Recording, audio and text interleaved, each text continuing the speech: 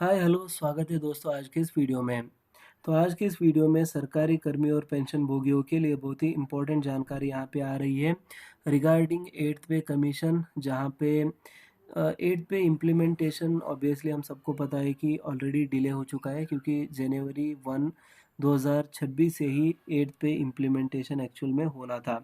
लेकिन सरकार ने पे कमेटी बनाने में देरी की, जो कि बन गई है, लेकिन उसमें ऑलरेडी देरी हो चुकी है। और उसके साथ ही साथ 18 मंथ्स का जो टाइम है पे कमेटी को यहाँ पे दिया गया है, तो उसके चलते भी यहाँ पे सरकारी कर्मियों को एक क्वेश्चन यहाँ पे आ रहा है कि द एट सेंट्रल पे कमीशन, उसका जो डेडलाइन है वो कब हो सकता है, कब एक्चुअल में इम्प्लीमेंटेशन होगा, कब सरकारी कर्मियों का वेतन जो है एक्चुअल में बढ़ेगा। तो इन सभी चीज़ों के बारे में आज के इस वीडियो में हम जानेंगे। तो वीडियो को बिल्कुल एंड तक देखिए, क्योंकि सरकारी कर्मी और पेंशन भोगियों के लिए महत्वपूर्ण जानकारी हम देते रहते हैं।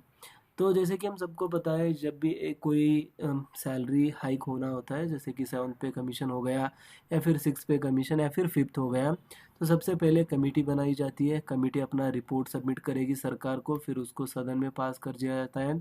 उसके लिए फंड्स अलोकेट किए जाते हैं, फिर उसके बाद जाकर फिटमेंट फैक्टर ये सब डिसाइड होगा, और एक्चुअल में सरकारी कर्मियों के वेतन में, उनके बैंक अकाउंट में वो रिफ्लेक्ट होना स्टार्ट हो जाएगा। तो ये बहुत लंबा चौड़ा प्रोसेस होता है, तो इसके लिए अच्छा खासा टाइम लगता है। तो जैसे दो 7th कमीशन जो है, बेसिकली 2016 में ही उसका टाइम जो है ख़त्म हो गया था। मतलब 2016 से लेकर 2026 तक 10 साल कंप्लीट हो चुके थे। तो अगर रूल्स के हिसाब से देखेंगे तो हर 10 साल में एक नया पे कमीशन आना चाहिए था। तो यहाँ पे अगर देखेंगे तो 2026 में ही आना चाहिए था, लेकिन सरकार जो पे कमेटी है उसको बनाने में देरी करती है, तो उसके कारण जो है ऑलमोस्ट इसमें डिले हो जाता है। तो फाइनली अब जाकर इस पर एक सॉलिड न्यूज़ आ रही है कि जो मई 2027 डेडलाइन है, वो हो सकती है एट पे कमीशन का इम्प्लीमेंटेशन में। तो इसके बारे में आज की इस वीडियो में हम जानेंगे।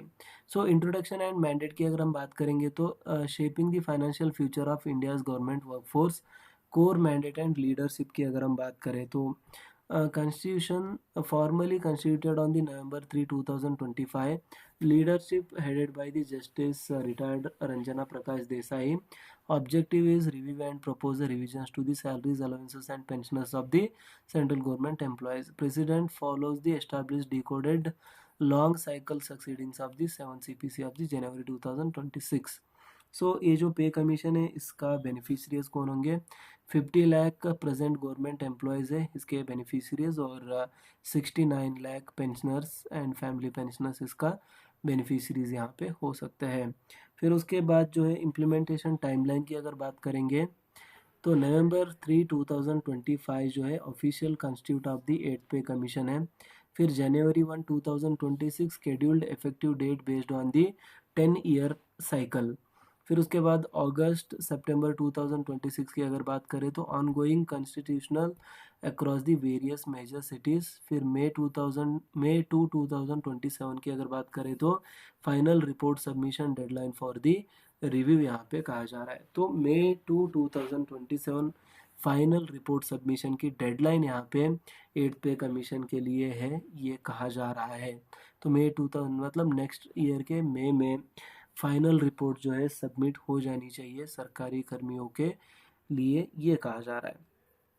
सो मई 2027 डेडलाइन वही है।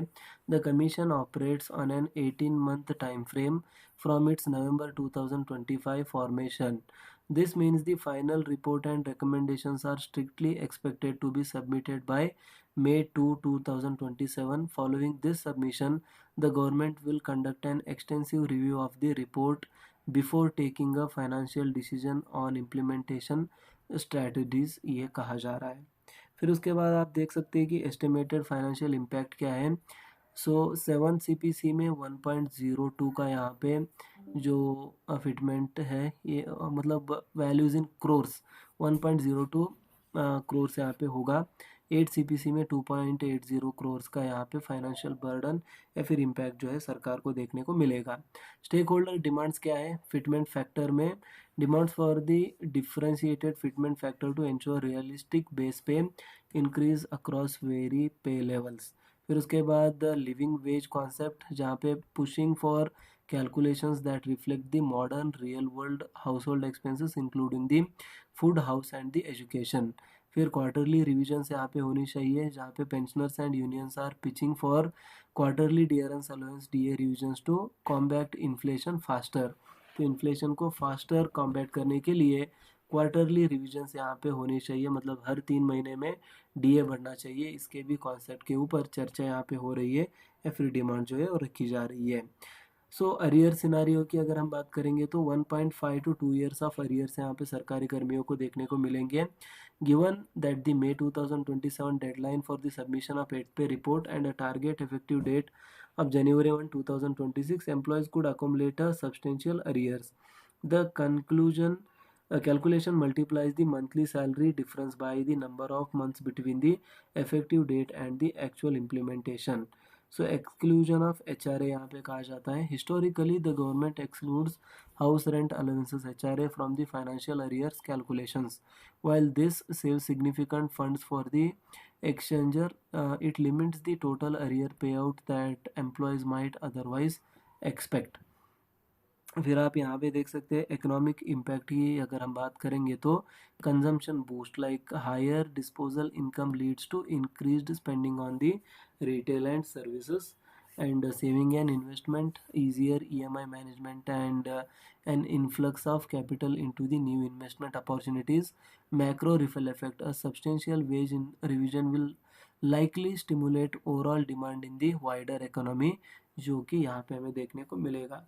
तो बेसिकली जो सरकारी कर्मियों का फाइनल डेडलाइन है, ये हम कह सकते हैं कि मई 2027 में कंक्लूड हो जाएगा। जो रिपोर्ट सबमिट होनी है, जो आगे के जो सारे काम होने हैं, वो सब कुछ जो है मई 2027 से होना स्टार्ट हो जाएंगे। तो that's it in this video. I hope आपको वीडियो समझ में आ गया होगा। तो चैनल को सब्सक्राइब करिए, वीडियो को लाइक करिए। मिलते हैं नेक्स्ट वीडियो में।